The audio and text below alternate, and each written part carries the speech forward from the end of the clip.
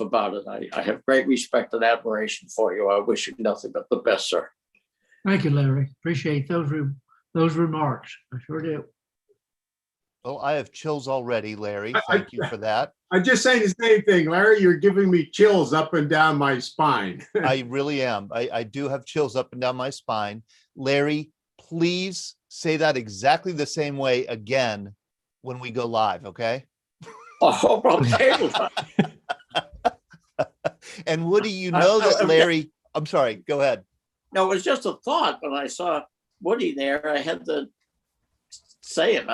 I'll try to say it again. Okay. And Larry, I want to invite you to speak up anytime during the program you want to speak up and say anything. We want to hear your voices. We want to hear you. We want to hear Woody. We want to hear Jack Watson if he could join us. And so don't be shy about speaking up. And Woody, I could tell that Larry, this is an important event for Larry because he's wearing a jacket. He has not done that before. Yes, I did not put on my bow tie. I thought that would be a little too much. If I could say something to Larry, this is Glenn Flickinger, Larry. We've not met before. Yes. It's a pleasure to meet you, an honor to meet you. I'm going to be moderating the discussion today. And part of what you'll see is we're going to talk a little bit about what happened before Iwo Jima. And there was this little affair called the Battle of Guam. Oh, yeah. Which both you and Woody were on. And, you know, Yes. it's kind of, you know, if you talk to most Americans about World War II in the Pacific, it's kind of like, well, let's see, there was Pearl Harbor, Iwo Jima, and then we bombed them, right? And some of these other battles are getting forgotten. So we'd like to hear a little bit from you and Woody about your experiences on Guam. Okay. Yes, sir. Just give you some Guam. preparation. Guam was also our home for some 13 or 14 months. Over 2 years I spent in the islands. So we are going to go live. We're going to let everybody in from the Zoom waiting room right now. I'm going to start the theme music. Here we go.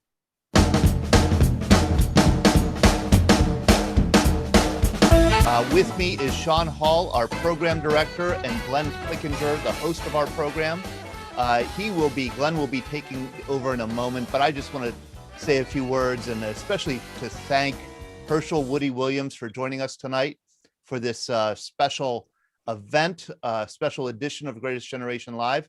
We also have Larry Kirby, who is in the same 3rd Marine Division with us. And before we went live, before we let everybody in and actually went live on Facebook and YouTube, Larry paid the most beautiful tribute to Woody that I mean, Glenn and I were saying we had chills going down our spine just to hear Larry pay tribute. And I asked Larry if he could say word for word exactly what he said before. It took a while, but so I'm not sure he can remember all the words, but it was just so beautiful and so meaningful.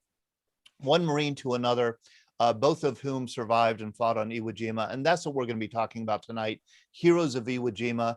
We have Hershel Woody Williams, who is the last surviving Medal of Honor recipient from World War II, who fought on Guam and Iwo Jima and elsewhere. We also have Larry Kirby, who was in the same division, Guam, Iwo Jima, and elsewhere, Bougainville.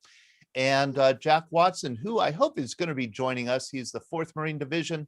And we have Bob Young, who is Navy on the USS Logan at the Battle of Iwo Jima. We also have some family members who are going to be joining us, sharing some of their stories of, I know my wife's cousin, Jay Galbraith, is going to be joining us, talking about his father, who was a chaplain on Iwo Jima, John Galbraith. So we have a lot to cover this evening, but I just know that there are a few people here who haven't joined us before. There are people who are watching on YouTube and Facebook who haven't joined our programs before. So I want to make sure that I introduce myself properly. We are the Veterans Breakfast Club. We're a nonprofit based in Pittsburgh. We do veteran storytelling events. We invite veterans of all eras, all ages, all branches of service to come to our events and share their stories of service. And we want them to do it in with the members of the public. These aren't closed events. These are all open to the public. We want people to hear these stories and participate in our programs. In 2008, we started doing these programs. We did them live until 2019. We did 75 events, 39 locations. And then, of course, with COVID-19 last year, we had to stop meeting face to face. We moved everything online, and we've done about 200 of these programs ever since. And this is very much a special one. So I don't want to delay the program anymore, but I do want to let you know we do 2 or 3 programs online a week. For example, we had one last night celebrating the Army birthday, hoorah! And then we have one tomorrow morning that I'll tell you about in a little bit at 9 o'clock. We have it's the same Zoom link for just about all our events. You could go to the veteransbreakfastclub.org and see our schedule and join our events, and I hope you do. But now I'm going to throw it to Glenn. Glenn, thank you for putting this program together. Well, it's my pleasure. It's an honor to have each one of these men with us today. Woody Williams, of course, Bob Young, Jack Watson, and Larry Kirby.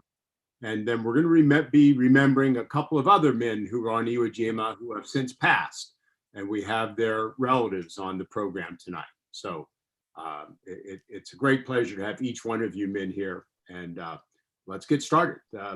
Are you going to put up the slides for us, Todd, or am I going to do that? Yeah, absolutely. I will put them up right now. I thought you were going to do it though. I'll do it. You just have to make me host, and I guess I have to share screen. You have to share screen. Yep. Let me do that.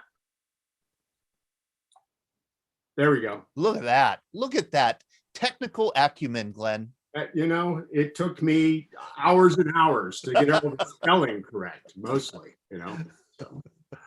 Now, we really do want to celebrate our World War II heroes, and tonight is sort of Iwo Jima night, if you will. Let me introduce each one of them. We'll see if Bob and the others are on. We'd start, Woody, we found some of these pictures from when you were young men, had just entered the service. Woody, looks like this might be taken in West Virginia. I see hills in the background. Is that right? That is true. Yes. Give us a little bit of background. Woody, you were home on leave after basic training, or what? No, that was right after I got home from overseas. Back home from the war. Okay. Yeah, and that's on the lawn of the lady that I married.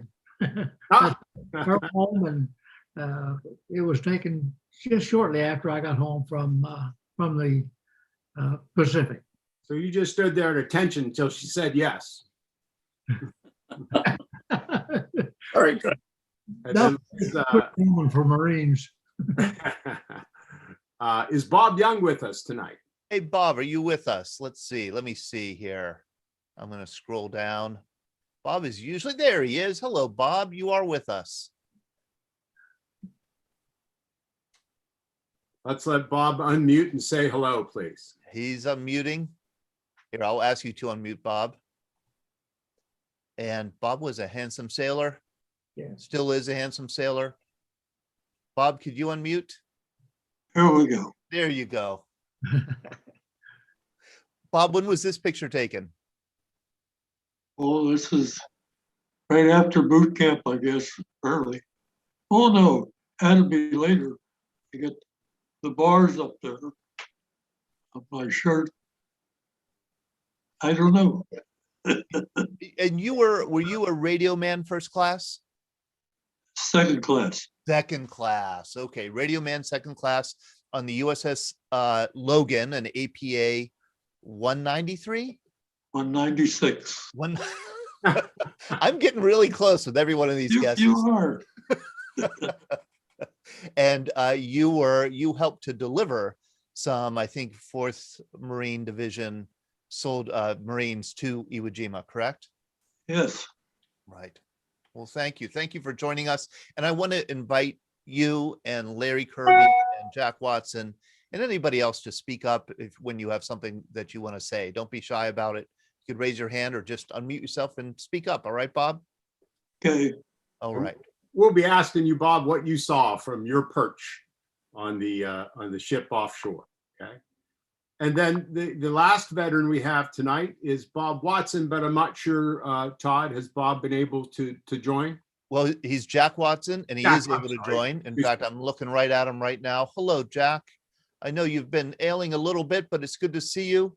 Jack, can you unmute? This is Jack Watson. Jack, served in the 4th Marine Division with a wonderful, hello, Jack. Hello, Todd. It's been a while. It's good to see you. Yeah, it's good to see you and hear Jack, your voice. Jack has some wonderful, wonderful videos and written stories on the website. Here are 2 great pictures of Jack. Jack, this is your boot camp picture on the right. I don't know if you can see it. Yeah, And I believe that is not your hat and not your jacket.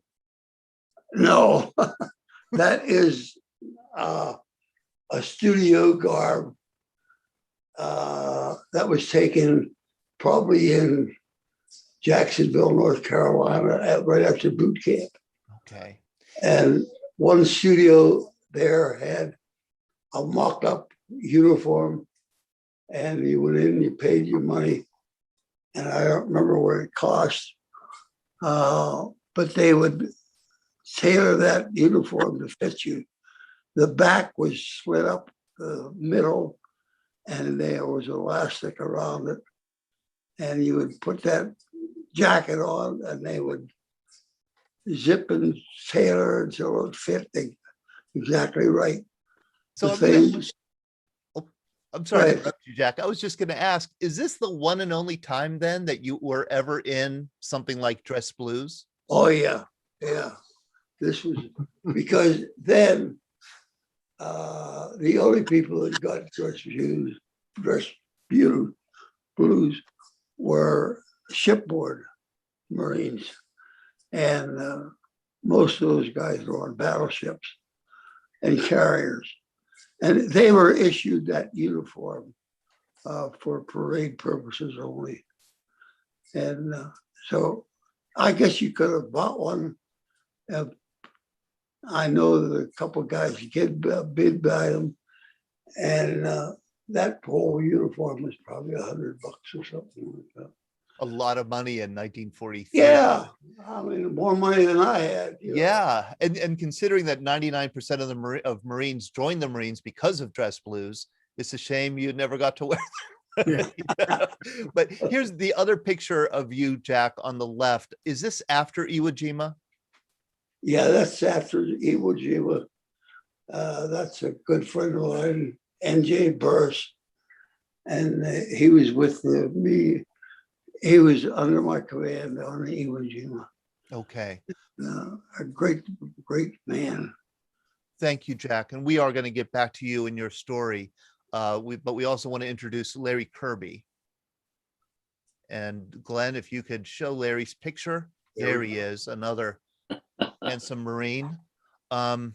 Larry, you and Woody have something in common, and that is I think when you first tried to join the Marines, you were rejected for being too short. I think Woody was. Is that right? Yeah. Well, when I went down to enlist, I graduated high school in May of '42, and I went right into enlist.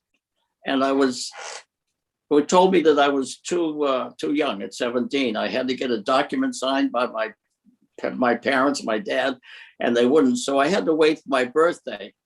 In that interim period, I found out what the minimum and maximum regulations, physical limits were. And I knew that I was about a half inch too short. So I hate to admit this in public, but I cheated. I cut out, maybe like about a 2-inch square of magazine pages, maybe about 3.5 or 3/4 of an inch, somewhere around 5/8 of an inch high, and some tape. And I had them taped and in my pocket when I went into the federal building to go through my exam. On the outside, I took off my it was summertime, so I took off my sneakers and my socks, and I taped the magazine pages to the underside of my heel, and then put my socks back on over them. So when I went in and the corpsman measured my height, I had suddenly reached up to about 5'7". So I was able to get in. But an interesting thing there, I found out afterwards that the Marine Corps wasn't discriminating against little guys. It was a matter of uniforms. They bought uniforms 100,000 at a time, and they didn't have sizes small enough for us. So as the war progressed and the need for more men came to have the need for more men, they let us in, and they bought uniforms our size. And prior to that, the sizes were size 1, 2, 3, 4, 5, and up. When they brought in the little guys, they went below, and we were more a size 0. You remember that, Woody? No, I never heard that before. Yeah, I remember I wore size 0. First time I saw it on the requisition slip, I thought it was kind of disappointing. But anyways, and but I think the bottom line here is Woody and I both had trouble getting in because we were little guys. I would say, looking at Woody, watch out for the little guy. I'd say so for both of you. Yeah. And maybe, Larry, I'm sorry, before Glenn introduces Woody, could you say a few words about why this evening is important to you, that your love and respect for Woody? Yes, it's very important to me, and I'm so glad that you invited me. I've never had the pleasure of meeting Woody, but I admire him very, very much. And as I said earlier, it's because he has earned the respect and admiration of every person in the United States. He's a genuine hero. But nobody respects him more or admires him more than his fellow Iwo Jima Marines, because we were there to see what it was like. And that was a tough place. I was in Bougainville and in Guam. Iwo Jima was the worst. And as Woody will tell you, any man in combat, his only emotion is fear. You're scared all the time. And yet, because of the bond that exists between men in the same platoon or the same squad or fire team, to back up, they're scared, but you're looking for protection. You're looking for security. You're looking for cover, something that you can get behind and hide behind, keep you on the line of fire, some protection. And yet, under those circumstances, now and then a man will rise up and will risk his life and walk directly into the line of fire only for one reason. And that is to help or to save a buddy. They don't do it for glory. They don't do it for money. They don't do it for position. They do it just because they're friends. And it's a solid bond that exists between men in combat. And I know how bad it was on that island. And I know what it took for Woody to stand up and walk into that and to risk his life. And he was fortunate to survive because it was odds were against him all the way. But he did it, and he did it for his friends. That's the beauty of it. He didn't do it for any reason except to help his mates. They were getting hammered, and he had to help them. And then when he received the Medal of Honor, he said, "It's not for me. This medal should go to the 2 Marines who were killed working with me." And I remember you said in one interview, they gave their lives. What more can a man give but his life? And he said, the medal belongs to them. I am just the caretaker. That's the epitome of a real guy. He risks his life. He does it all. And then he is not shy or anything. He's absolutely honest in his feelings. It belongs to them because they died.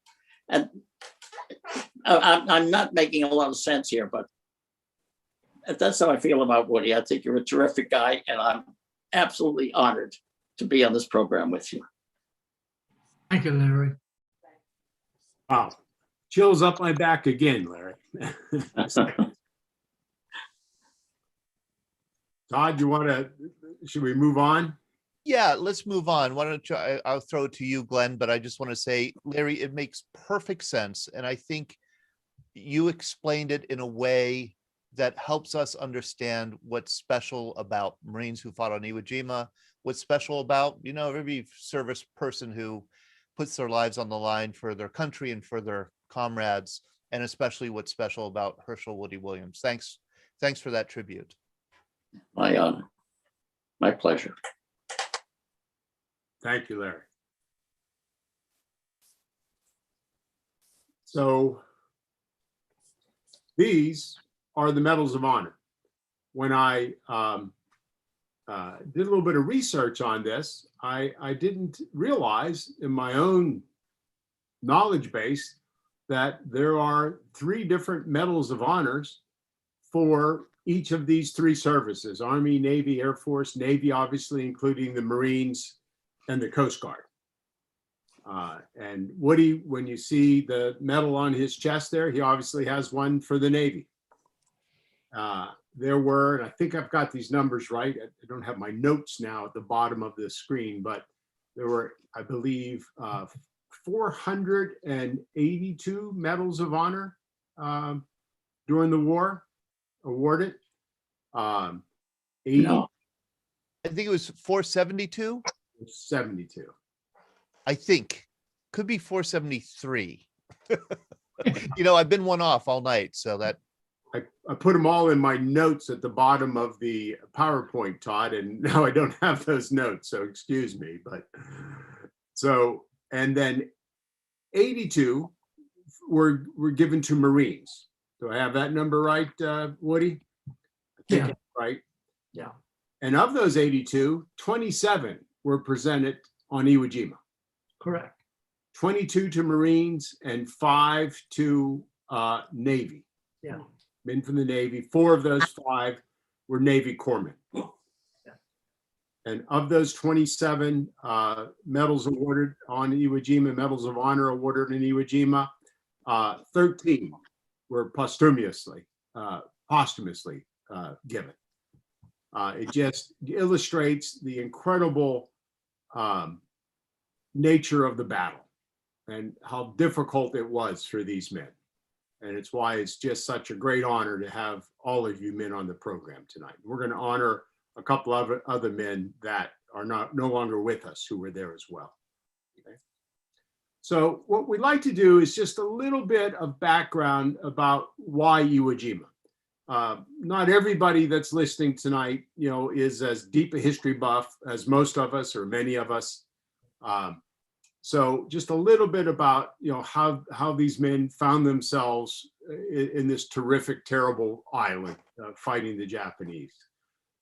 Everybody probably familiar with, we started at Guadalcanal, and then MacArthur and his forces fought their way up through New Guinea and finally to the Philippines, whereas the Navy and the Marines, with some Army forces supplementing them, fought mostly through the South Pacific. All right. And while all these lines look nice and neat, and as if it was really sort of pre-planned, that's far from the truth. At the highest levels of command, at the MacArthur and Nimitz, and then at the presidential level, obviously, and the Marshall and those men at the very top, there was always debate. Do we go left? Do we go right? They wanted to go to perhaps take Formosa, then called Formosa at one point. And MacArthur wanted to just come up through the Philippines and go that way. And it wasn't really until 1943 that it was decided to go straight across the Central Pacific, take Okinawa, but on the way, the Marianas and Iwo Jima had to be taken. All right. And the B-29 part of the strategy really only comes in a little bit later. So we have 2 men here today from the 3rd Marine Division, Woody, of course, and Larry Kirby, as we mentioned. This maybe isn't such a great map, but the Marianas were Saipan, Tinian, and then Guam, which of course was the US possession that the Japanese had taken from us at the beginning of the war. And The 3rd Marine Division, supplemented by some Army troops and a Marine Brigade, landed on Guam and fought, I believe it was from the south to the north. I have another map here, yeah. From the south to the north in late July and August of 1944. So, Larry, give us a little bit of background. Give us a little bit of your experiences. Well, to begin with, you said from the south. Actually, if you look on your map, right about halfway down on the left side, find a Ganya. See it there, the black square on the other side? Yeah. That's the beach that Woody and I landed on, right along there. Okay, got it. I'm circling it for everybody right now. So you landed in the middle of the island. Yes. Okay.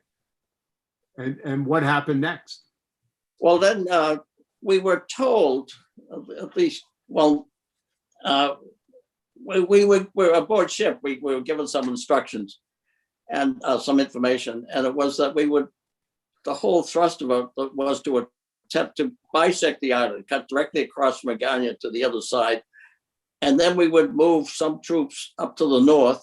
The Marines would go to the north, and the Provisional Brigade of the 77th Army would take the south, and we split there. And it was we were only ashore. Woody can probably remember better than I don't know, 3 or 4 or 5 days when we were in our attempt to cross the island to go from one side to the other. We were held up by something called the Chinito Cliff, which is there's a hill there. It's now called Nimitz Hill after the middle, but it was a hill, a ridge that we had to get over to move out to the other side of the island. As we're approaching that ridge, I think the 3rd or 4th, 5th day we're on, I'm not quite sure, it's a long time ago, but the Japanese mustered some 3,500 or so soldiers on the other side of the ridge, and they came down and on a massive banzai attack, they ran through our ranks and raised hell. But we lost, I think, 300 or 400 Marines, and they lost over 3,000 men. And after that, for all intents and purpose, the campaign was one of mopping up or clearing out because everything quieted down after that. Ask Woody, that's about all I remember. Woody, you told me earlier how different this was than Iwo Jima, because this was a rather mountainous jungle island. So what are some of your memories, Woody, about Guam? Well, as soon as we got off of the boats, we didn't have Higgins boats back at that time yet. As soon as we got off the boats, we were facing a huge hill, as Larry said. And today it's called Nimitz Hill on the island. But at that time it was just a hill and a ridge line. And we had to go up the hill in order to progress.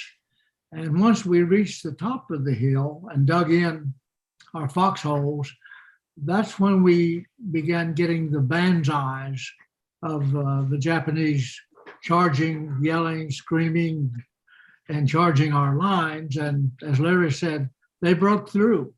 They ran clear over the top of us.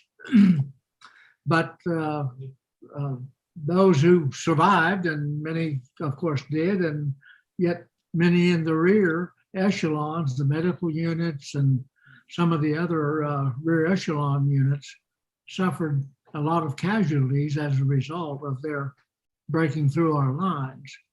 But once we got that secured, then we started moving forward, and that's when we ran into the jungle, very thick jungle. Yeah. I never carried or never used a flamethrower on Guam because, first of all, the coral rock almost forbid them to dig caves, and the pillboxes they had a few on the beach where we hit, but after we got to the top of the ridge and headed toward the jungles, there were no pillboxes and no caves. So flamethrowers just would have not been useful. And to advance through the jungle, I can remember some days that they would issue machetes to us. And we would actually have to cut our way through the jungle to advance. One of the amusing things that I still remember is they had the biggest frogs I have ever seen in my life. They were huge. And of course, they had bombed the jungles over time. And so there were shell craters and there was a lot of rain on Guam. So they were full of water. And when you had the water, you had the frogs. And at night, when we would stop and try to dig in, those frogs would move. And of course, we couldn't tell the difference between the noise of a Japanese and the noise of a frog. So if we heard a noise, we'd start shooting, and everybody else would start shooting. You know what we were shooting at, but we would use a lot of ammunition, and I'm not sure we even killed any frogs. Larry, you remember the frogs? Oh, yeah. When you realize what a massive difference it was between the thick jungles on Guam and then the absolute absence of vegetation on Iwo Jima. Yeah. Compared to Guam, Iwo Jima was like fighting on a pool table. Wow. Right. There was absolutely nothing there. But just listening to Woody brings back memories. It was hot and it was sticky in the jungle, and it was difficult, and we lost men and everything, but it was not as fierce as Iwo Jima. Yeah. And I can't describe combat. I think you have to be there to understand it. But as I said earlier, you're scared all the time, and in the jungle, you're really afraid. You really don't know what's ahead of you. You can't see much. It's a whole different ball game. But you see, I was specialized. But my MOS was 0321. I was a reconnaissance scout, and my job was to report to every Marine is a rifleman, and some of us have a second job. But when I wasn't a rifleman, I was a scout. And every now and then in the morning, I'd report to our company commander, it was Captain Wilson.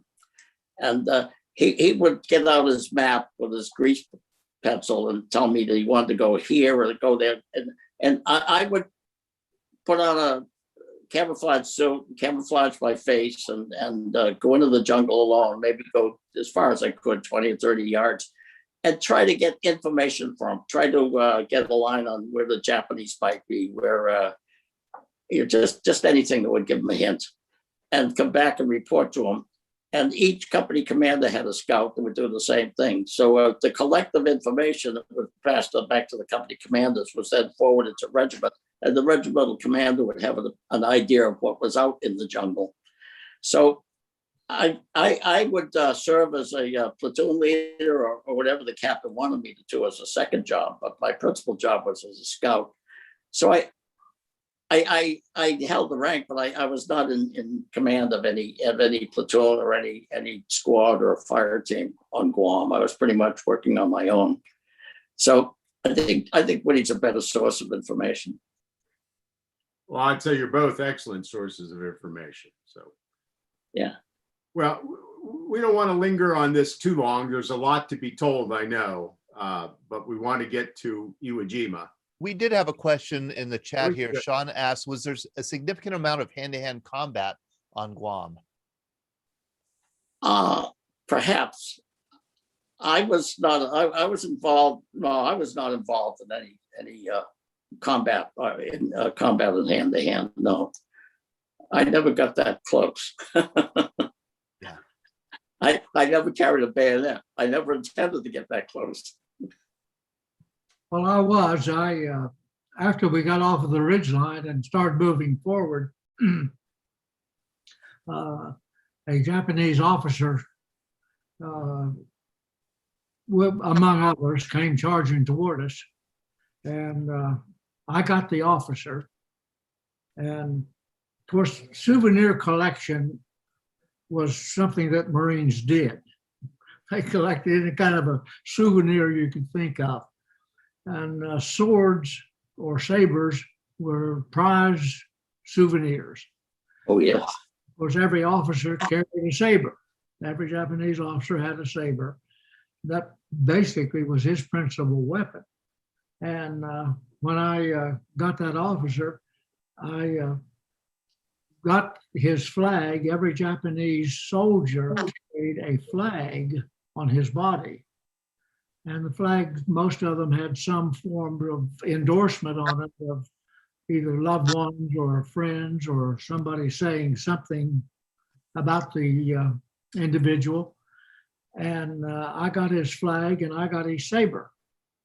And I put the flag in my pack, and I took some bandoliers that we used for ammunition and tied a couple of those together and made me a sling so I could carry my saber, because I had an M1 in my hand, and that's about all you can handle.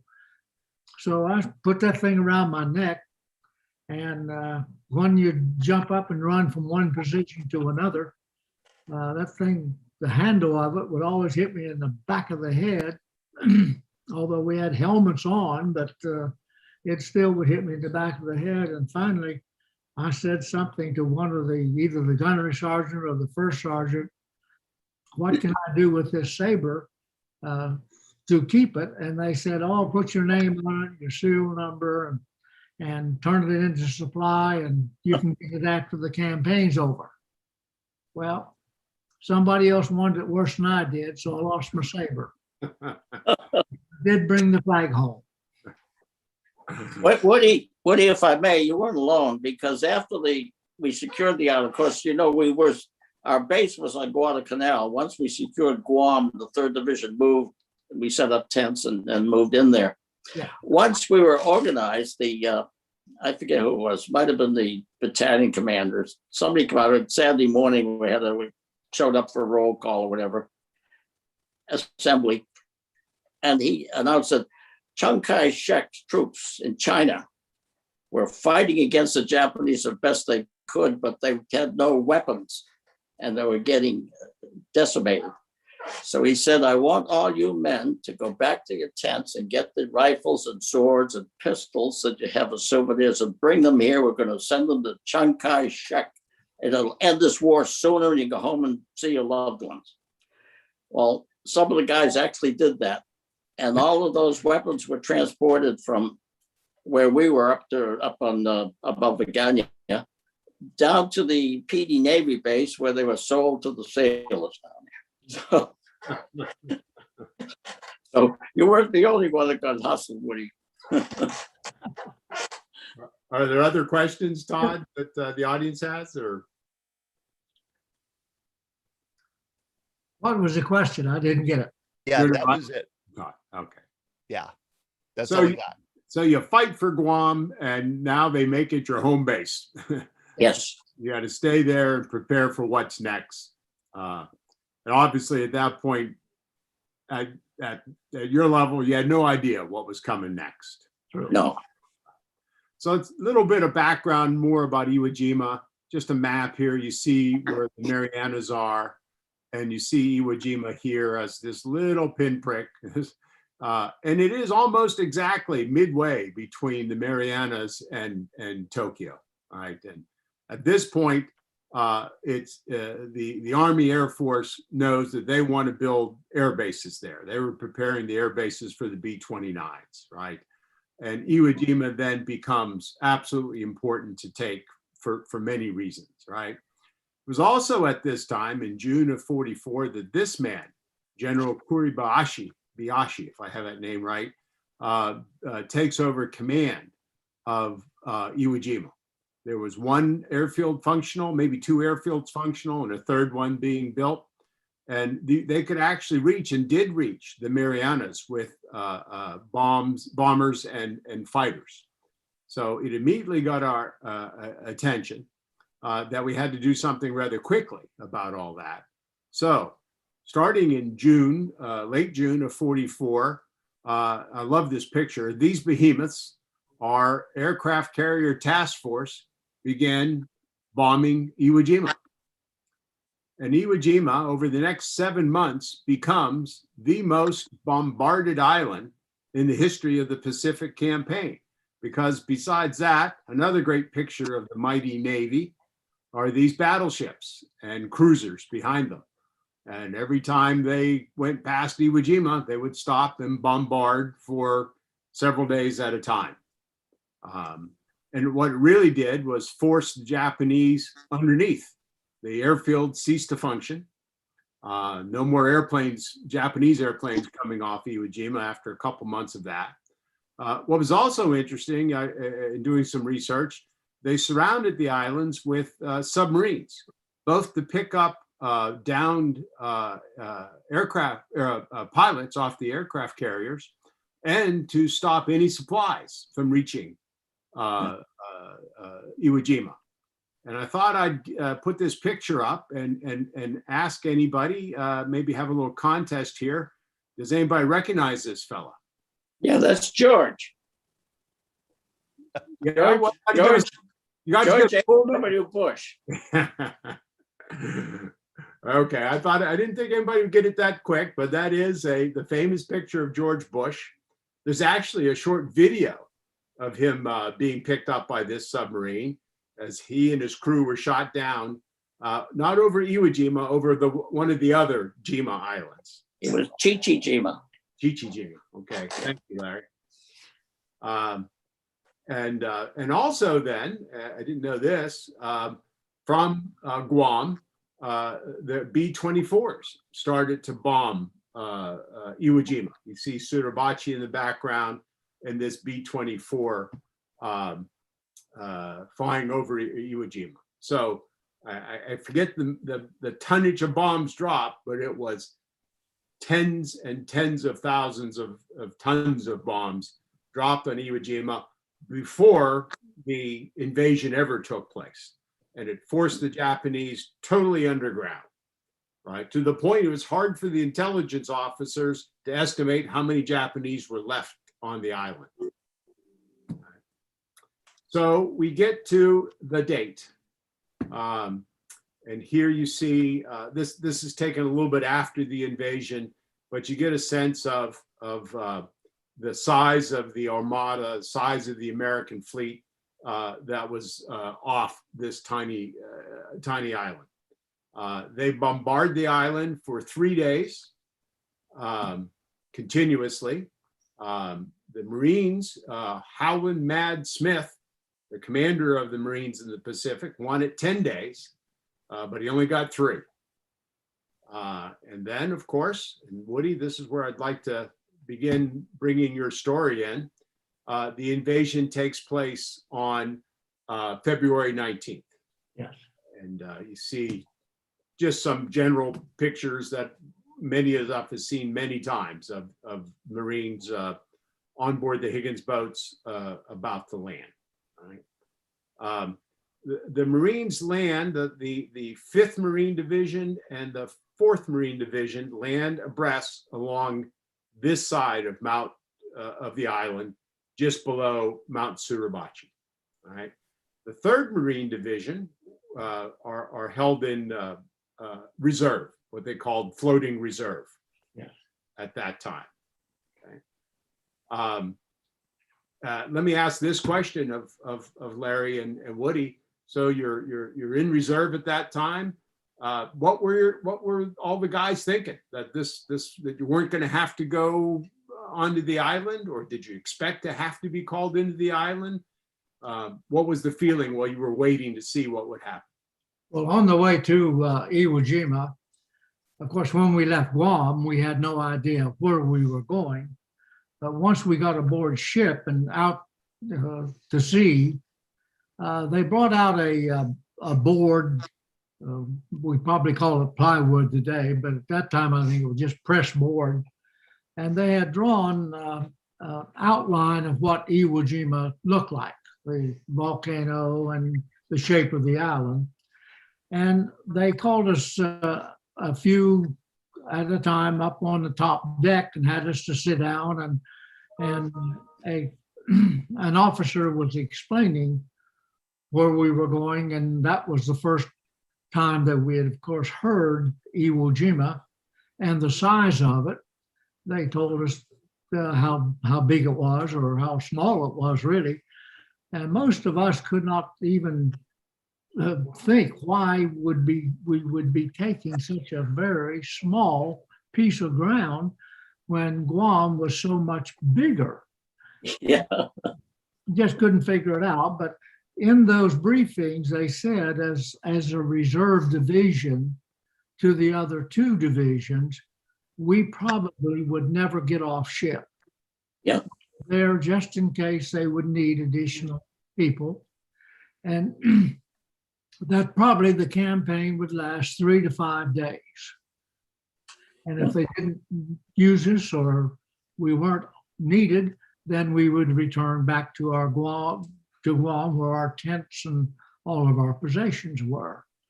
So we were so far out in the ocean, occasionally we would see a plane go over, and occasionally we would hear a bomb of some kind, and I've always thought it was the battle wagon firing at the island, but we would hear something in the way of an explosion, but we couldn't see anything. And then after the first day, about midnight of the first day, it came over the speaker system that our regiment was going to disembark and go ashore. So they called us to chow, 300, and of course they fed us steak. They usually gave you steak just before you went into combat. I've often wondered why they did that, but anyway, we had breakfast, and then we started to get off the ship just about daylight. It was still dark, and we had to go down the rope ladders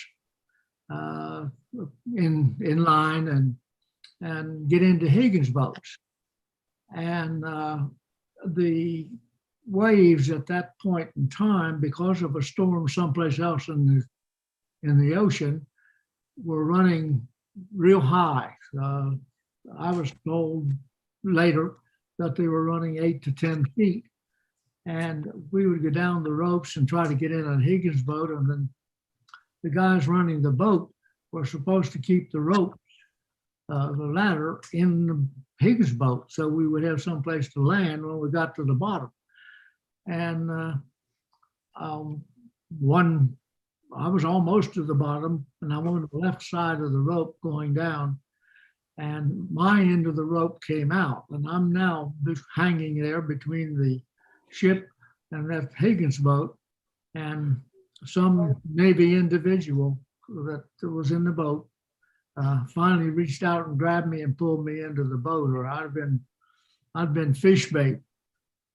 So we got in the Higgins boats and went out to what they called a rendezvous area, and Higgins boats were joining in this area, and there would be several of them in a circle just going around and around and around. And eventually, if we got the word to go ashore, they would form in a wave and go in line. But we rode those Higgins boats all day long. Everybody got sick, and because the waves were just bouncing that thing around like a cork. And then finally, we had to go back aboard ship again because the Marines ashore were pinned down and had not been able to advance. So there was no ground for us to come in. And we went back aboard ship. We had to go up instead of the ladder because of the waves. We had to go up the gangplank or the ladder. Gangway. Yeah, gangway, yeah. It took forever to get back aboard ship. And I can remember getting up on the top deck, and that's where I was the next morning when they found me, and we went through the procedure again. But that day, just before noon, the Marines ashore had been able to advance up to Mount Suribachi or around Mount Suribachi and gave us enough room to land. And we got in just a little bit before noon. And you landed on the same day as the famous flag raising. Is that right? February 23rd? No, it was 2 days later that the flag raising went up. Okay. This was the 21st of February, and the flag went up on the 23rd of February. Let me just ask, bring in Jack Watson. Jack was with the 4th Marine Division. Do I have that right? Yeah. And Jack, are you able to hear us? Yeah. Yeah. And You hear him? Yep. Yeah. And Jack, you land on D-Day. Here's some of these famous pictures. Second day. Pardon? He landed second day. The second day. Okay. Second day. Well, we weren't supposed to be any part of that invasion. We were strictly in reserve. As a replacement unit, that was our duty, to be prepared, but thankfully not to invade, because everything would be taken care of by the time we got around. So we weren't supposed to be at Iwo Jima at all. We were formed as a replacement unit to bring to full strength the 4th Division after they had come off Saipan and Tinian and some of the other islands. And our duty was to fill in where we could. Within the 24th Division, the 24th Replacement Unit, which was my unit, Right. consisted of, I don't know how many men, 200 people. More than that, because there were more than 200 of us landed, I think, on Iwo Jima. But the landing was kind of a non-event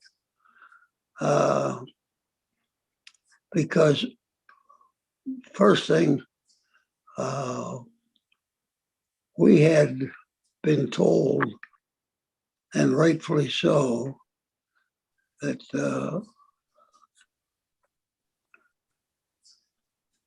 resistance would be kind of light. And we were really expecting that because we had learned to obey and believe our intelligence. So little did we know that we were going to see a different story completely from what we had heard about. And as we... Second day, because it's such a difficult battle and they need more men quicker than they ever thought, which is also true for the 3rd Marine Division, which was called in within a couple of days. Because it's just so ferocious. Jack, this is Todd. I remember you telling me that when you were on board ship, you were able to get binoculars from maybe an officer and see what was going on the beach. And that's when you realized, oh boy. Well, not only could I see, but I could hear. I had a friend that was the radio technician in the Navy, and he was a radio technician on the U.S. Artemis, which was our troop carrier. And I spent all my time on the USS Artemis on the way between Hawaii and Iwo Jima. The majority of my time was spent in Nick's house radio shack. And that's where I slept. because I found that to be much more comfortable than down in the hole, where I, as a sergeant, I could have had my choice of berth spaces. None of that added anything to the glamour or the beauty of Iwo Jima. But we did realize that we'd been sold a bill of goods in a way that Iwo Jima was much tougher than anybody had expected. They had prepared us well because we reacted well. But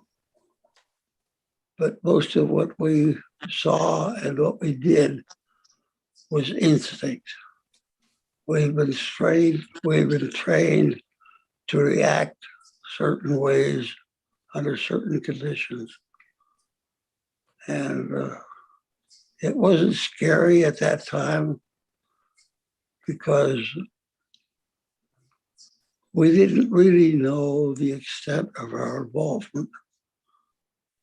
But I can tell you, as one man, and I speak, I'm sure, for thousands,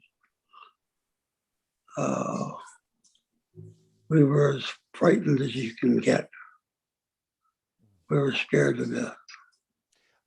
I see Bob Young. Bob Young, you have your hand up. Bob. Yeah.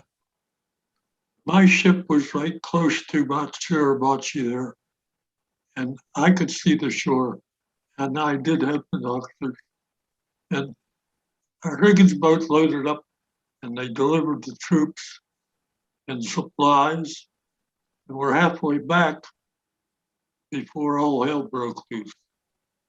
They give the whole first landing a chance to get situated on the beach before they come out of their caves and start shooting it. I guess they've been zeroed in for months, and all of the shots were great and wiped out a lot of people. And I have the deepest respect for anyone who can put their feet on the ground. It was not a place of choice for anybody that was there. I've talked to a number of people who were in on the landing of Iwo Jima, and not one of them have ever reported to me that they had fun. It was a life of, and I'm just looking at the picture on the beach. When you were on your stomach, far at enemy up ahead of you, you could not dig deep enough into that sand. You want to get below the surface.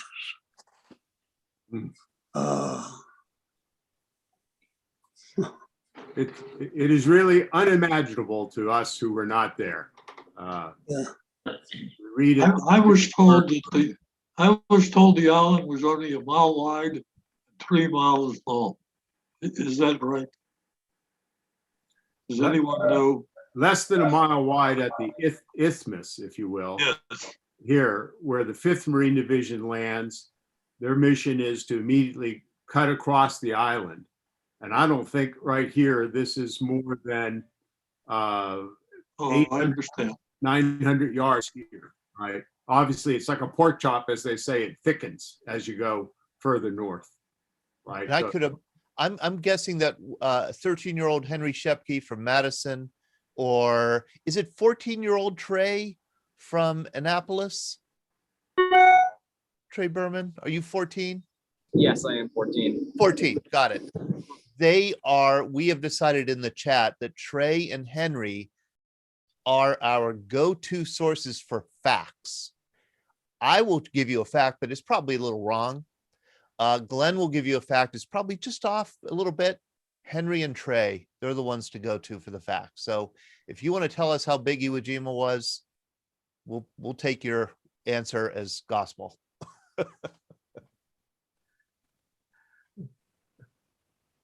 Bob Young, you just before we go from Bob Young, I just want you to share that you came very close to putting your feet on the ground on Iwo Jima, if not for a stroke of luck. It's true. After they found out that the first group of people were wiped out, they said every ship that has extra radio men or too many radio men, they needed radio men on the beach. So to figure that out, our chief radio man named Osler, he had straws in his hand. And we all picked straws. And I happened to get along one, could stay on the ship. And I felt sorry for all those that had to go. Oh boy. Wow. That long straw is why you're with us tonight, Bob. True. Listen, I would like to we're now an hour into the program, and I would like to get to Woody's story, if we could. Okay. So Woody, the 3rd Marine Division lands, I think, at Yellow Beaches along in here. Yeah. By this time, the 5th Marine Division has come around to the far west side, I believe that is, of the island. And the 4th Marine Division with Jack Watson is here on the eastern side of the island. And they insert the 3rd Marine Division into the center. Right. Yeah. So you land on the 21st. And the famous events, your famous events, take place on February 23rd. Do I have that right? Yes. Which is the same day as the flag raising, of course. Yes. So, and I believe they take place just someplace right around in here near the airfield number 2. Is that correct? No, airfield number 1. Airfield number 1 here. Okay. Yeah. Well, let me just ask you, and I'll just shut up and listen with everybody else. Walk us through what happened to you that day. Well, when we finally got ashore, we moved up to the edge of the airfield. And for the first day, we didn't move because we were still getting a lot of mortar fire and machine gun fire across the airfield. And then on the morning of the 23rd, Captain Beck was my commanding officer, and he got the orders that we were to cross the airfield. And on the far side of the airfield is where the Japanese had constructed a great number of reinforced concrete pillboxes, basically to protect the airfield. Between the beach and the airfield, there were no pillboxes.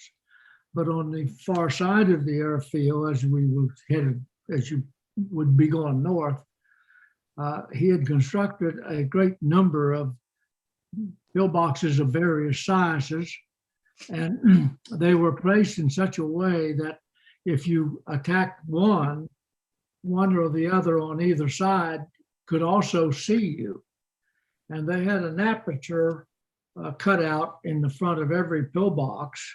It was about 8 inches in height, and it was the whole front of the pillbox. That's where they would stick their Nambus and rifles out, and they had a complete field of fire in front of them. All we had as a target when we would try to approach the pillbox was that aperture.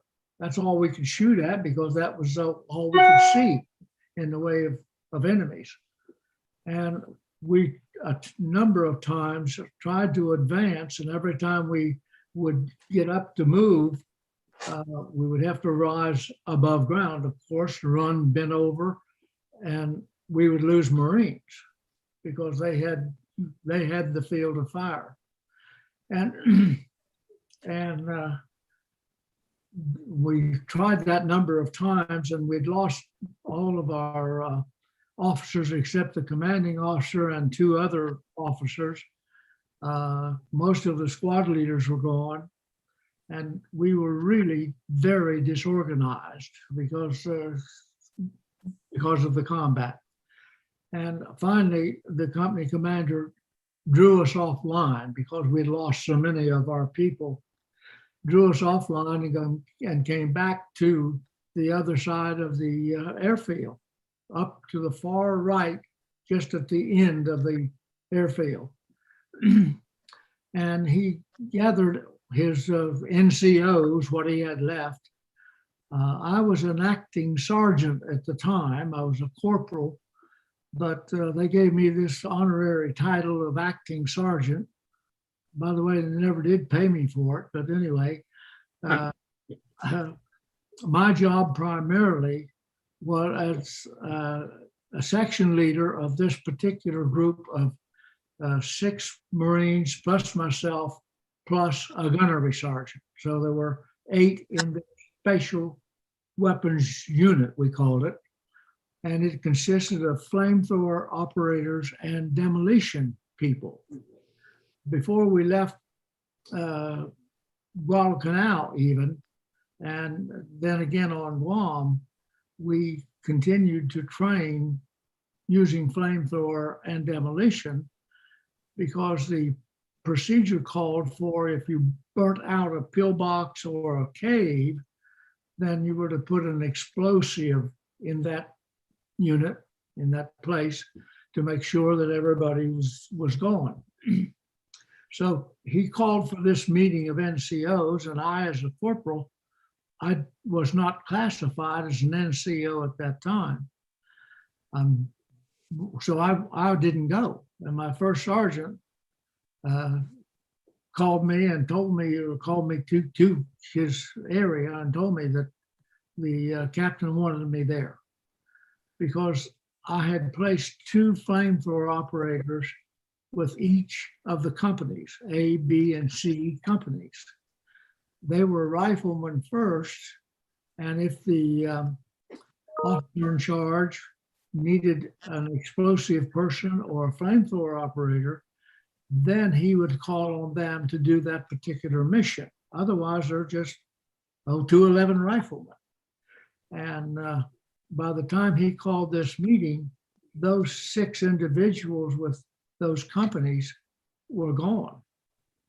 I never did know what happened to them. I still don't know today what happened to them, whether they were killed or wounded. I don't know, and I've never been able to find out. But now I am the only flamethrower operator in C company. So that's why he wanted me there.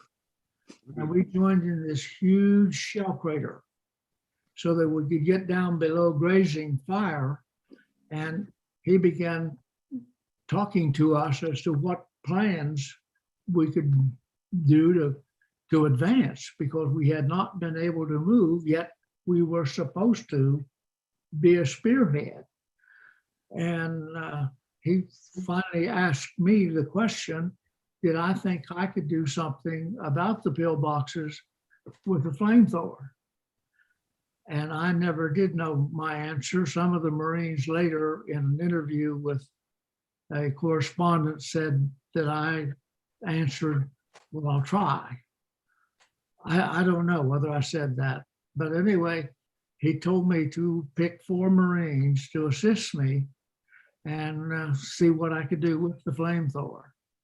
We had prepared a great number of flamethrowers before we left Guam that we kept in the company supply unit with all the other paraphernalia, the explosives, the ammunition, and whatever.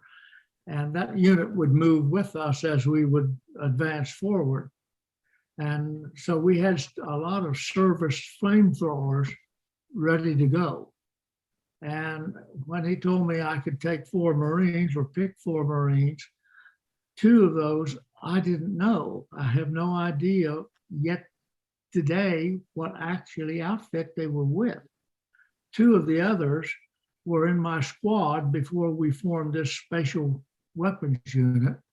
So I knew them, and I selected two of them and the other two Marines that I didn't know.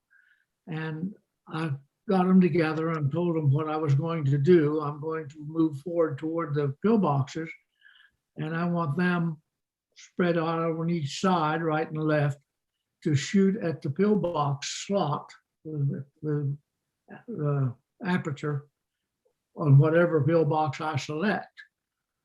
At that time, we were using what we, I think, made up ourselves. I never heard of it otherwise, a pole charge man.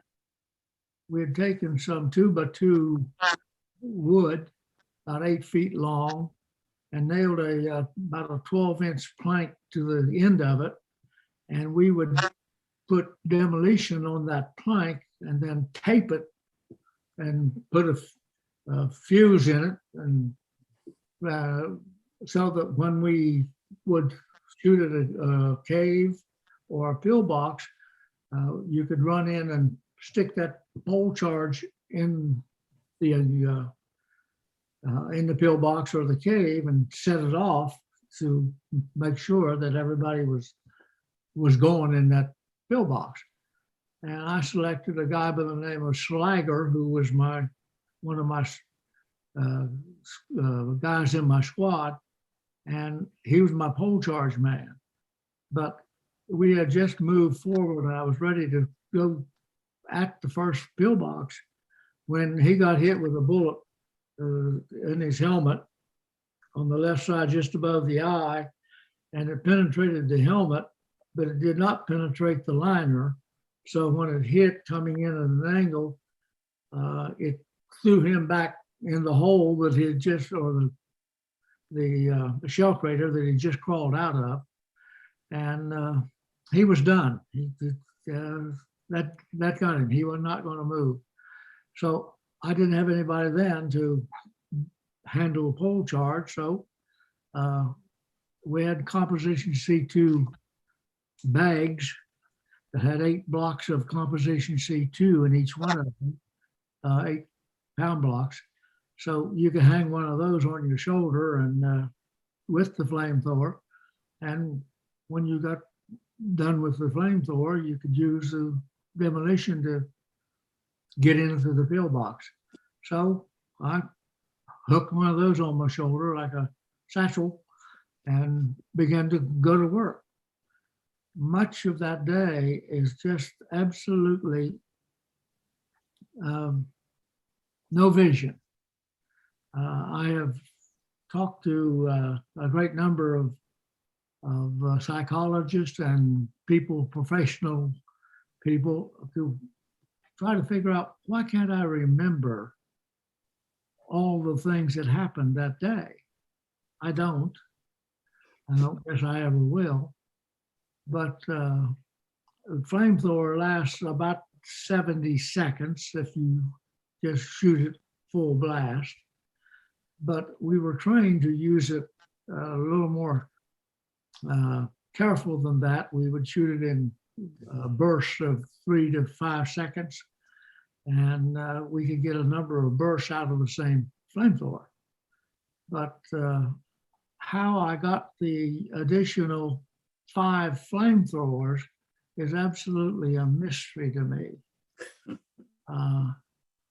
They were in supply, I know that, because I had helped prepare them before we left. And I'm reasonably certain that nobody else said, hey, just wait out there, I'll bring you one. I don't think that happened. But somehow during that 4 hours, I was able to use up 6 flamethrowers. And I eliminated the enemy within 7 of the pillboxes. But much of that day is still just as blank as it can be. It's a chilling story. 7 pillboxes in 4 hours, and you went through how many flamethrowers? 6. 6.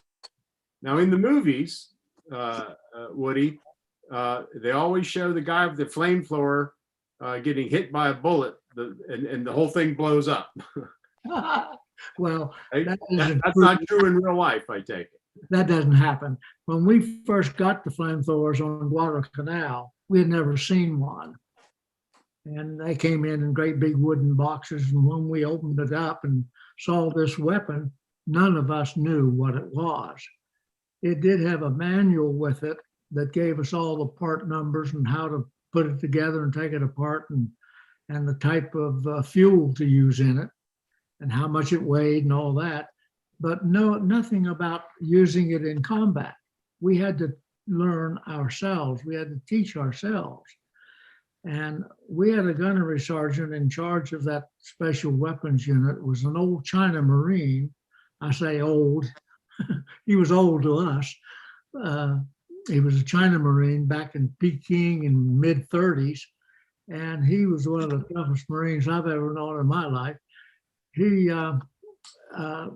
really trained us on the flamethrower, and we set it out in the field away from all the tents and people, and shot at it with M1 rifles and 30 caliber machine guns to try to see if that thing would explode. Because if you got on your back and you explode, you're going to become a rocket of some kind. But we never could penetrate the metal. It was too thick. The bullets would just ricochet off of it. We could cut the hose, the rubber hose that carried the fuel to the gun, but penetrating the metal could not be done. It just wouldn't work. It's too thick, and you couldn't get a firm hit on it. How much did it weigh, Woody? It weighs 70 pounds, Jeez, how much did you weigh at that time? about 150. Almost half your weight, and you're running back and forth for 4 hours with this thing on. I said that guy couldn't be me because his nose is too long. Yeah, I just found these online, and for those people who haven't ever seen these kind of pictures before, I thought they were illustrative of what a flamethrower looked like anyway, and how it was used a little bit. Here's a fella actually using it. So Each time that you fired, you had to move from that particular position because we were using gasoline and diesel fuel eventually. And when you would fire that, you'd have a black smoke that would go up because of the flame. And so we trained ourselves to move from that particular location just in any direction so that they couldn't center in on us because of that smoke. So what do you, the 4 hours go by, you take out these these 7 pillboxes, and that then permits the rest of the company to move forward towards its objective? Yes, once we got the enemy exterminated in those 7 pillboxes, then we could move forward, break through the area where the pillboxes were located and get behind them. Sometimes those pillboxes, some of them, not all of them, but some of them, they would put, particularly the larger ones, they would put men in that pillbox and seal the back entrance so they couldn't get out of there. And they ate in there, they cooked in there, they used some form of a charcoal to cook their meals. And the first pillbox that I was trying to eliminate, I saw a little blue smoke coming up out of the top of it, and they had piled sand on all their pillboxes so that if an artillery piece or a bomb would land on the pillbox, it would first hit the sand, and of course never reach actually the pillbox. And when they did that, I have no idea how they got the sand up there except by throwing it with shovels, I guess. But it was on the side of the pillbox sloping, and I crawled up on top of this pillbox where that little smoke was, and there was a pipe there that was our ventilation pipe to get the smoke out of the pillbox. And my flamethrower nozzle was a perfect fit to that. So I just opened up a several second blast down that pipe, and of course eliminated the enemy within. And it was a large pillbox. I never did check. I had no interest, I guess, in checking what the result was. But after we got back to Guam, and here again, Marines are being interviewed by war correspondents. One of them said that he had counted 17 in that one pillbox. Oh, wow. Well, it was a large pillbox. During that whole episode of 4 hours, did you actually see any Japanese soldiers? Oh, yes. On one occasion, I don't know whether it was the third or the fourth, but somewhere in the middle of this, I'm crawling toward the pillbox. Believe me, you don't get up and run like that fellow you just showed a picture of when you're near a pillbox or a cave. This must be John Wayne in one of his movies. No. No, you crawl on your belly because that makes a beautiful target. Yeah. I was crawling up this kind of a ditch to get close enough to the pillbox so I could get some flame through that aperture. And I don't know whether they ran out of ammunition or whether they just decided that they could get me. They came out of the back of the pillbox and came charging around the corner of the pillbox. And as they come around, they had their rifles in their hands, and every one of them had a bayonet. All of them had bayonets on their rifles. That was just standard equipment. They came charging around the corner, and well, here again, the numbers, I can see people, but how many, I can't truthfully say. But there were 4 or 5 or 6 of them, whatever it was. And I just opened up with a ball of flame, and of course it got them immediately and stopped them. They all fell over and died because the flame just engulfed them. Yeah. Completely. Yeah. Oh, boy. So, Woody, while all this is going on in your own world right in front of you, there's a couple of other famous events going on at the same time. The first flag raising, which takes place that morning, I believe, and then the more famous one that takes place that afternoon. Yeah.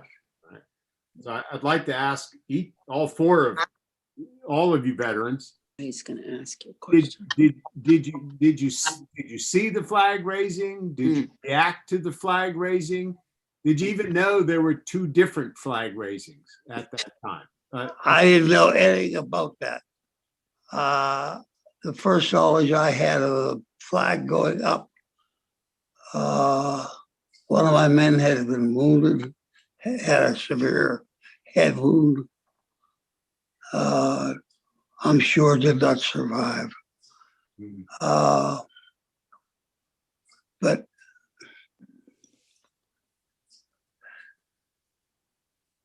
his experience was bad.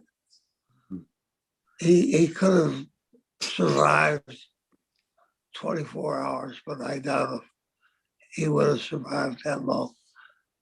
But Woody told some stories about the use of flamethrowers, and I have similar stories that align exactly with that. Flamethrowers to us as replacement units particularly. A flamethrower was a new innovative weapon. And I had grown to respect them and to use them properly, I hope. But they were dangerous and attention to getting weapons. And anytime we fired with use of flamethrowers, we had better be prepared for return fire because we know it was coming. And I guess that was the most frightening part for me as a sergeant on Iwo Jima, to anticipate what might happen, what's the worst thing that can happen to these men who have given over to my care.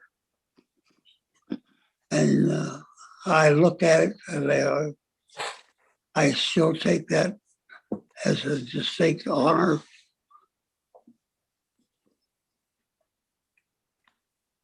And will always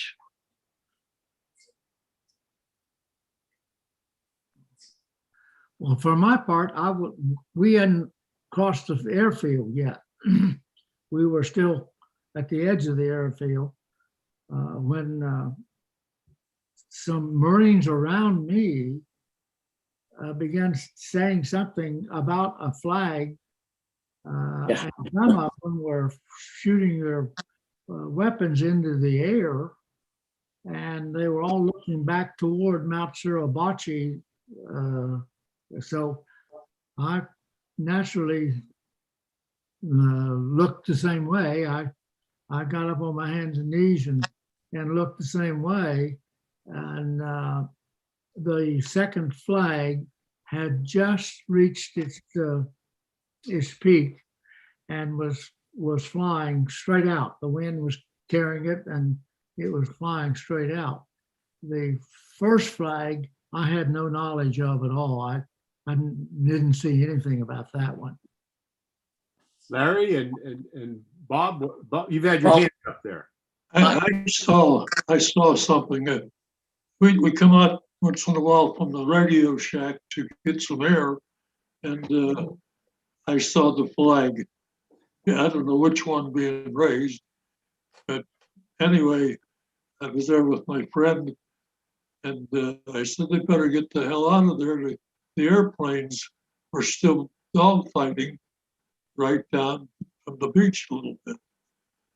And, I don't know which one I saw, but I knew there was two flags. Larry, you have memories of the flag raising? Yes, well, we landed on the 22nd, the day after Woody, and our position was behind the 21st or to the left of it on the western side of the island, right at the front, at the edge of airfield, Motoyama Airfield #1. And at that particular time, I think it was around noontime. I can't remember exactly what time of day, but we were hugging the ground, and somebody said something. I remember rolled over my back, and I looked back at Mount Suribachi, and I saw the flag going up. Just about the same time you saw it, Woody. Just saw it come up to a rest, and some men were there, and that was it. And it didn't mean anything to me except this. All I could say was, well, good, they've taken that hill. We won't take any fire from that position. That was my thought. But before I have to go, my wife needs me. But before I go, Woody, I want to say something. What I said earlier, I mean, truly in spades. But also, as for your inability to remember some of the events, I remember after the island was secured, we were on the ship going back to Marianas. I was talking to a fellow about what we'd done, and he said that the worst part for him was landing, because on the 22nd, they had that time to clear the beach, and he said it was chaos. It was disabled equipment, broken stuff, and dead Marines all over the place. He said bodies without heads, bodies without legs. He said it was horrible. And I have absolutely no memory of that. When I got back home after the war, I went to spent a couple of weeks in the Naval Hospital getting my mind tuned up. And the the therapist there, the psychiatrist, whatever he was, told me that's normal. When you see an excessive trauma, the brain throws it off and doesn't want to remember it. So that's a good thing that I can't remember. Probably a good thing that you can't remember. Probably so. So with that, I'm going to say good night, gentlemen, and thank you again, Woody, and thank you for allowing me on this program with you. Thank you, Larry. Larry, Oh, yeah. Thank you. Thank you. Good to have you. Bye-bye. We have reached an hour and a half, but Todd, we're going to go on for at least another 10 or 15 minutes. I would think so. I certainly want Jay Galbraith to share Right. his memories of his father. Right. Let me just, we'll come back to finish your Medal of Honor story, Woody. But there were two sons of Marines who were there that I believe are on the call, Jay Galbraith and Yes. and Sam Kearns. Sam, are you there? Ma'am? Yes. So Yes. in reading through, the research, talking to Todd about things, the role that the Navy corpsmen and the chaplains played in the battle was just, as the line goes, uncommon valor, right? Was a common virtue on that island. And these men may be, highest above all in so many ways. And one of the statistics I read was that in the 4th Division, 38% of the corpsmen were casualties in the first 10 days. And if I could start with Sam, Sam is an old childhood friend of mine, and his father was a Navy corpsman, 19 years old, I think, at the time, and served on Iwo Jima with the 5th Marine Division, right, Sam? Correct. Yeah. And here he is, Curtis Kearns, who besides being Sam's father, was my high school counselor. Wow. And being a real dumb 15-year-old, I never knew he was an Iwo Jima veteran, or never asked. So Sam, just give us a little bit of the story of what happened to your father. Well, thanks for having me on, guys. And that was, I really appreciate you veterans that were there with my dad. He ended up in the Marines, as they always said, was awarded the Silver Star a day after the flag was raised. He always said he didn't have any idea that flag was raised.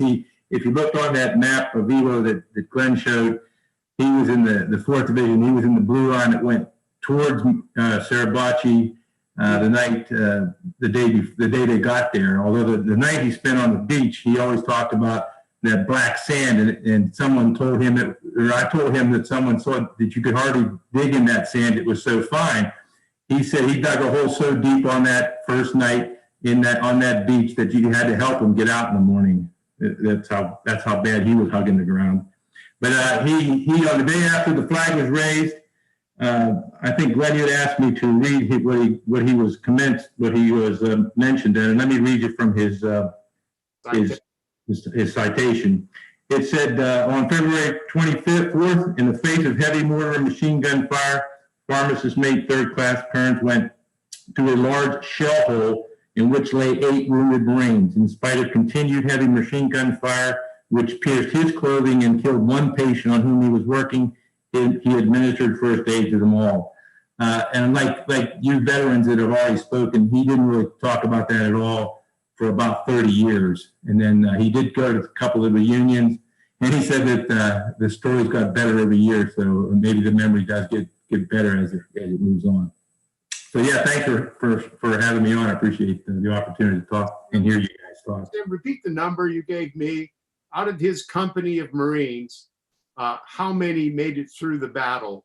Well, he landed in what he called the second wave of the first day. So he wasn't in that first wave, but that's how he ended up on the beach. He went in with a machine gun squad, and his machine gun squad, those Marines know, I guess they go up on the higher ground and shoot over the troops. He said his entire squad was gone the first day. They were already, at that point, I guess they didn't really know how many Japs there were, so they had eliminated, or at least wounded, and his men were taken off. And he told me he made it to the end of the battle. I think he he was there the last day. He said that 13 of the men that he landed with out of the, I thought it was 300, they walked off together.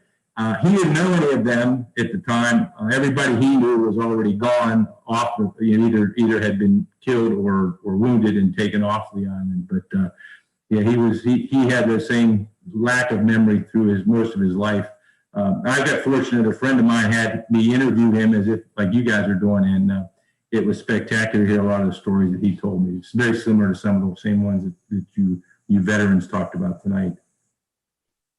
Thank you, Sam. Mm-hmm. And then we also have, and maybe Todd, I'll let you introduce Jay, because I know Jay and have talked to him before, but Jay Galbraith on the line. And his father was a Navy chaplain. Yeah, Jay and I are related through our wives. Our wives are first cousins once removed. And I actually saw Jay at his son's wedding in Ohio this past weekend. And we talked about a little bit about his dad and his dad's service. And his dad wrote a memoir. And I'm looking at this book cover here in this picture. And Jay, you look an awful lot like your dad, but your son John is a dead ringer for him. I mean, I thought that was John, like in glasses, made up. I mean, it's just striking. I can't believe it. Your dad was a chaplain on Iwo Jima, and he's featured in this famous, iconic photograph. Glenn and I were talking about which one is your dad. We don't know if it's this that one right there. Yes, that's him. That's him. Yes. Okay. He remembers the picture being taken by Obi Newcomb, who was a Marine photographer. Obi was also on Tarawa, so you'll see a lot of his photos there. An excellent photographer. Dad came in on the island on a duck. He departed from the ship at 5 o'clock in the afternoon. The duck was filled with artillery shells. He was attached with the 13th Marines, which is an artillery battery. You'll see the videos quite frequently of them landing, the artillery landing, and you'll see Glamour Gal on the barrel, the G battery. So he tried to land right away. On their way in, they were following tracers because a fog had set in.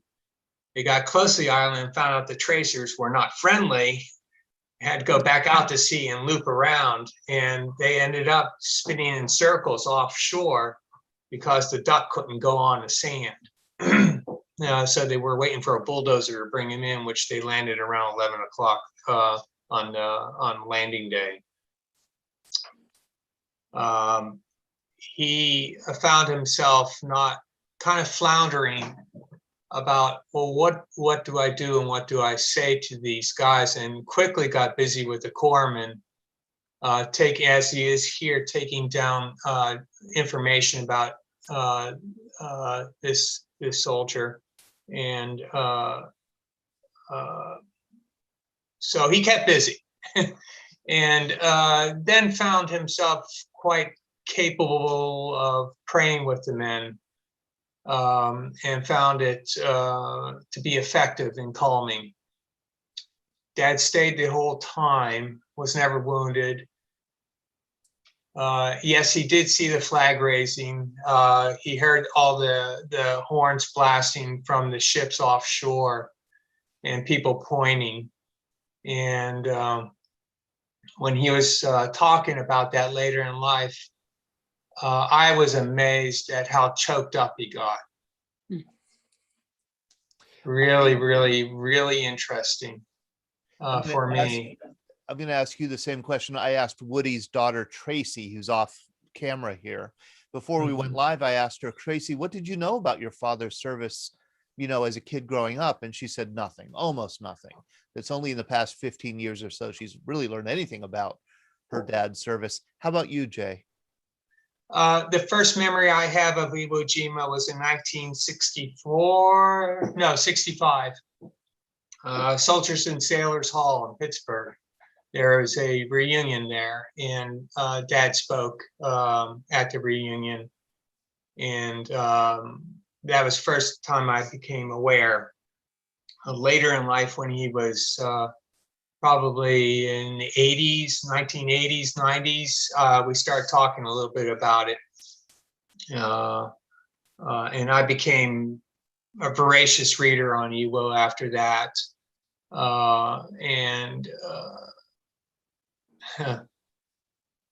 So I found out on Paris Island, they had this stained glass panel, and I contacted the chaplain there and asked him if we could come look at it.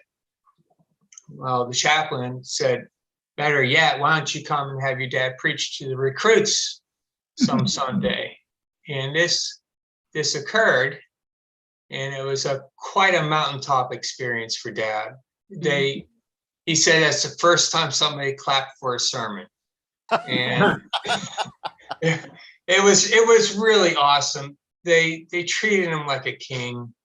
My whole family was with us, grandchildren. It was wonderful, and what makes it bittersweet was it happened weeks before 9/11, and these kids, you just wonder what happened to them. Where did they go? Yeah.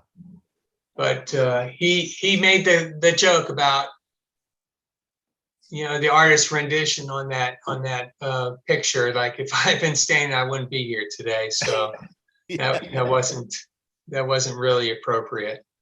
That is great. So they have your dad standing when in actuality here he was. Yeah. He was Yeah. Refer to the picture, please. Yes, he never would have been standing.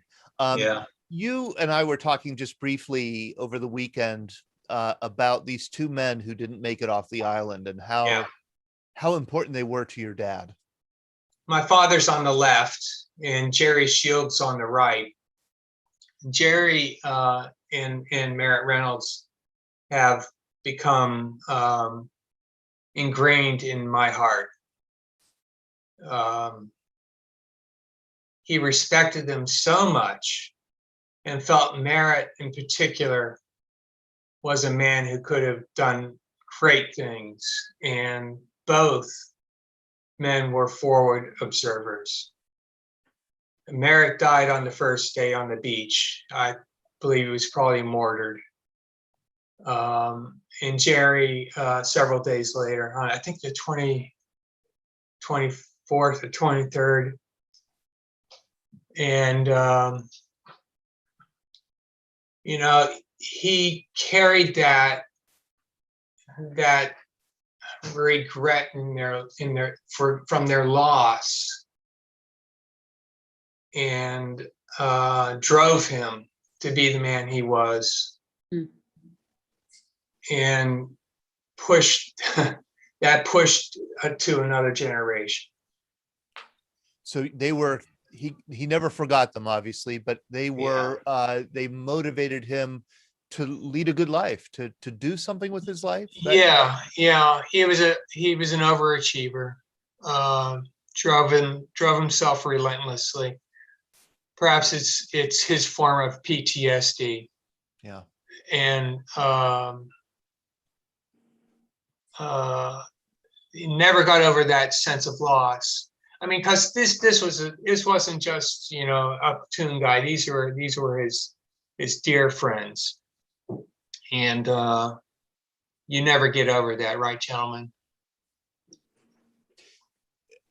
Your dad, I'm very impressed, Jay, that you've been able to make it through this conversation without tears, but your dad was a hero in so many ways. For those of you who live in Pittsburgh, he was the founder of Westminster Presbyterian Church in the South Hills, a very large church. He built it from the ground up. I mean, going door to door for subscriptions to get that church built. And he was a pastor there for many years. He was a fierce civil rights advocate and activist in the 1960s. He marched with Dr. King in Selma. I had the honor of meeting him a few times. And of course, I was so young. I was so dumb I didn't, spend much time asking him questions and hearing his story, but it was an honor just to be in his company a few times. He was truly a great man. Don't forget, he was pretty funny. Even on Iwo Jima, he was teamed up in a called a bunker or whatever. He was teamed up with a barber and what they called the ghoul, the guy who ended up doing a lot of the graves registration and DDT spraying. And so they had a sign that's set up in front of the entrance that said, Barber, the ghoul, and the preacher, we're not mad at anybody.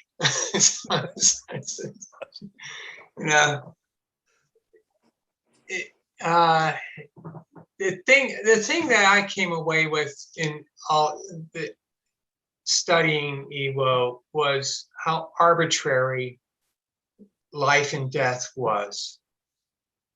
There was no rhyme or reason why one man survived and another didn't. It was just it baffles me. It baffles me even to think about it and try and comprehend that. So arbitrary and so unfair. Yeah. It's so unfair. Yeah. It's interesting that you say that. We had a Vietnam vet the other morning say that he went to war, came home, and understood for the first time that life is not fair. Yeah. That's how he summed it up. That's how he summed it up. And you know that there are a number of stories behind that simple observation. Thank you so much, Jay. Sure. And thank you, Sam.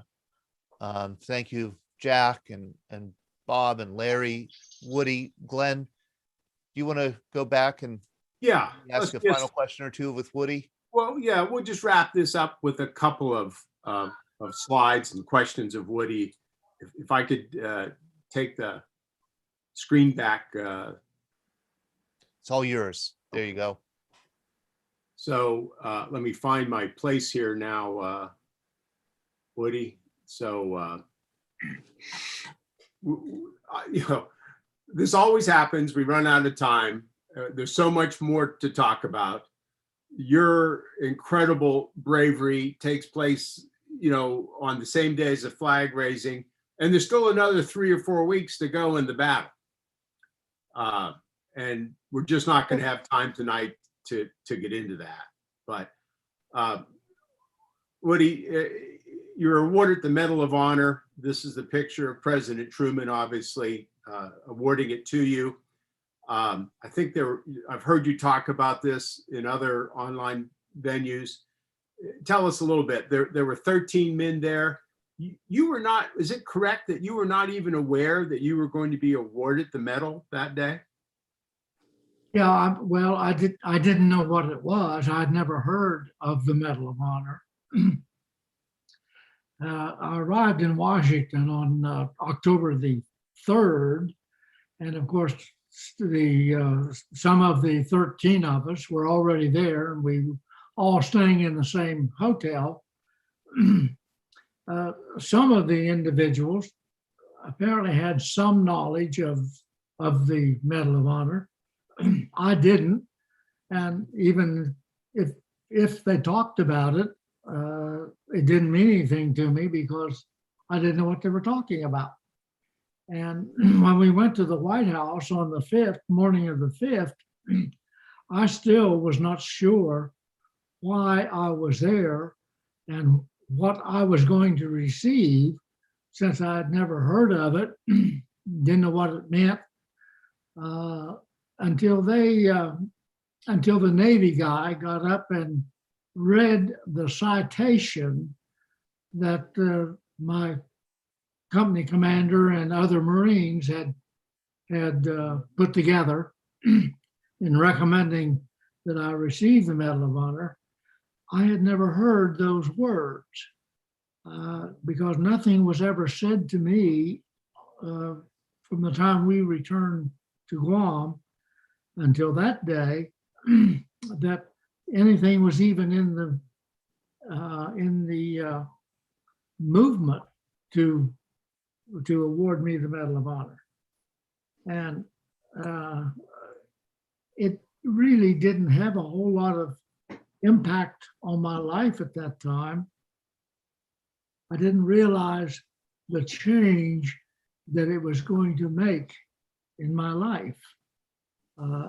In reality, I took on a new Get back on so I can see the screen. I became a different person. I'm a country boy, very shy, very bashful, backward, and certainly did not want to be in the limelight. I didn't want to be in a leader's position. None of that. As far as I was concerned, when I came back from the Marine Corps, I was going to go back farming again because that's all I knew, except what the Marine Corps had taught me. And there wasn't very much call for flamethrower and demolition people back in those days. So when I finally realized what impact it had, and that I was now a public figure, expected to be involved in all kinds of activities, public activities, it was really quite a shock.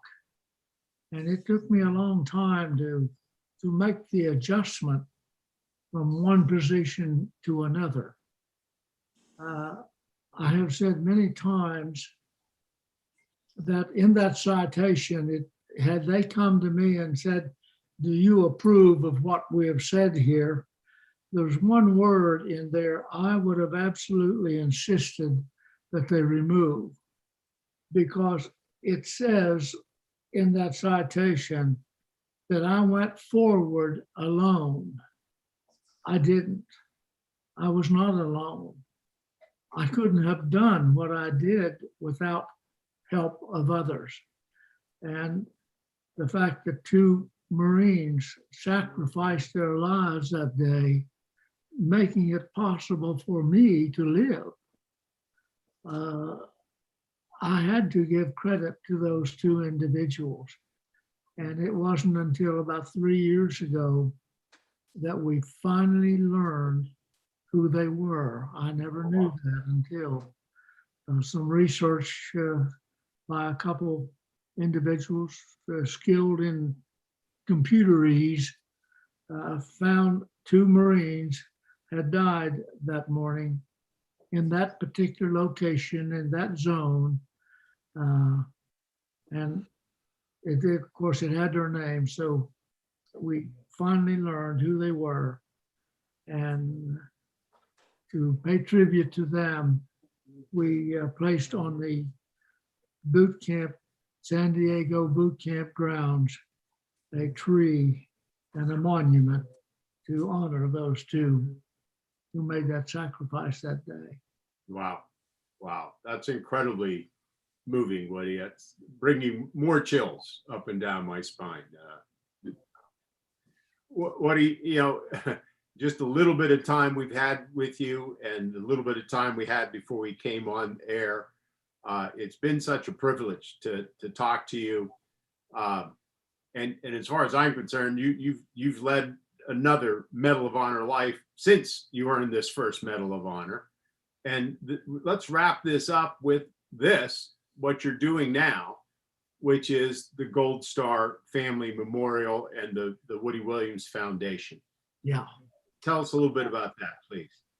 Well, it's still not understood to me why, with all the wars that we have had and the sacrifices that have been made over the years, that the families of those loved ones, other than perhaps mother, were just absolutely forgotten.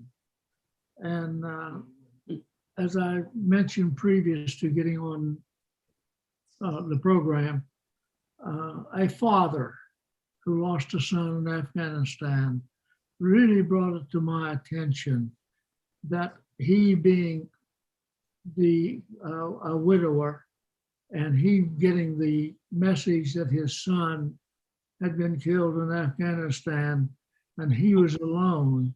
He didn't have anybody he could talk to. he didn't know any other Gold Star family members in his community that had lost a loved one. There was just no connection between those people because there was no organization.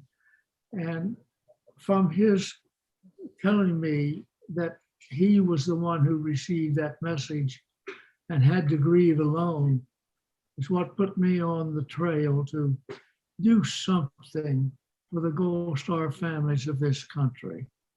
And every community of any size, you will find individuals in that community whose loved one made that ultimate sacrifice.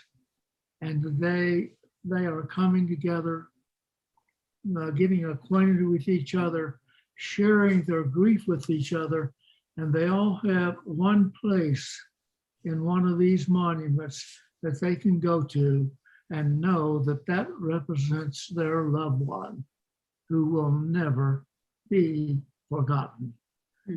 And the number of times I have seen people, mothers and fathers and sisters and brothers and aunts and all relationships, just walk up and lay their hand on the memorial in honor and tribute to their loved one who never got to come home. It is such an emotional moment. Whoa! Hello. Hi. It's an incredibly powerful tribute to these families, Woody, and I congratulate you again for even coming up with this concept and creating your foundation. And there's how many of these now standing in the United States? 85. 85.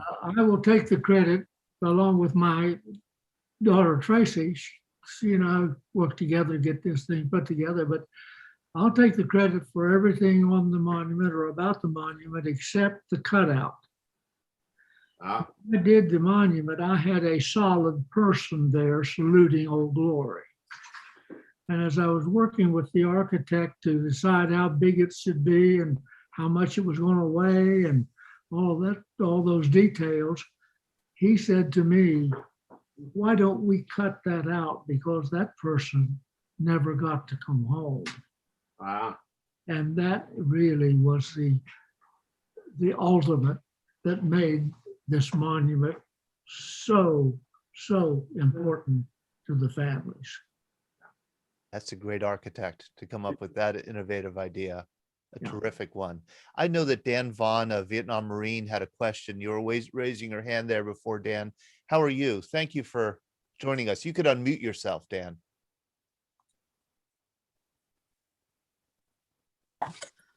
Can you hear me now? Yes. Okay, I don't know if you can see me or not, but anyways, I just want to thank the Marines for their stories tonight. They were just absolutely phenomenal. I want to thank you for all the Marines that in their, like I said, the stories of landing on Iwo, and he wears that that Medal of Honor, fantastic, around his neck. It belongs there. So I want to thank everybody in their stories tonight. Like I said, the Marine Corps, you make me proud to be a Marine. Thank you so very much. Semper Fi. Thank you very Semper much. Fi, sir. Semper Fi. How great. Trey from Annapolis. How are you, Trey? Good. How are you? Good. I had a question. Okay. So I wanted to ask, again, I am very into World War II, and I'm more of a Navy person myself. My dad works at the Naval Academy. I was going to ask Mr. Williams, what did you think of the Navy as a whole? Because I remember from my research at that time, talking to other veterans, there was a rivalry between the Marines and the Navy. And also, I wonder, you mentioned battleships, and when you were talking, you mentioned the battle wagons, which I'm assuming is a battleship from just experience. What'd you think of like the naval gunfire, the Navy in general? Because it is a very interesting perspective to see the Marines talk about the Navy. Trey, you really like to stir things up, don't you? Mhm. We almost escaped this program without a Navy Marine rivalry breaking out, but Woody, what do you have to say? Well, I have said since I couldn't walk on water, I had to depend on the Navy to get me overseas. But, you know, it takes a tremendous dedication for somebody to get aboard a ship and stay on there for month after month and live under those conditions. So I have great admiration for the Navy, absolutely, and won the war without dedicated Navy people who were skilled beyond skills and actually protected us and kept us alive. So thank you, Mr. Navy. That's great. And, you know, I see in the chat, and I know it's 9 o'clock, but I see in the chat that Sharon George asked an interesting question. And that is, she made a statement. Yes, you know, you saved the United States collectively, you World War II veterans, but you also, in a way, saved Germany and Japan. And now Germany and Japan are, you know, affluent countries. They're close U.S. allies. Is that something that you're proud of also?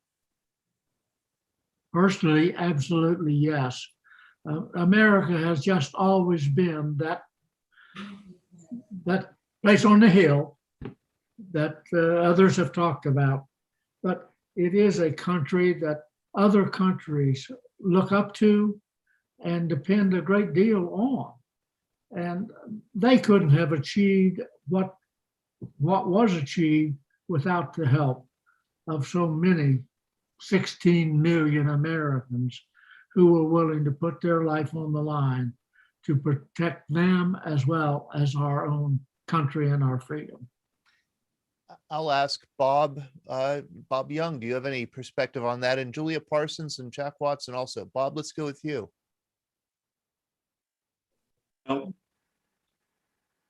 I certainly believe we have a spirit in America. Nobody's going to bother us. We're happy we're an island by ourselves. Wonderful. And Julia Parsons, do you have perspective on that? That a sense of, you know, that Germany and Japan are better off after your service in World War II. And again, this is Julia Parsons.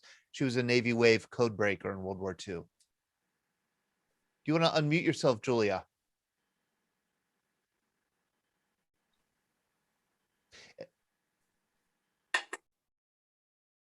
I just think that it's great that both countries are available to join us, and they are our friends. We lived in Japan, and I certainly visited a lot in Germany.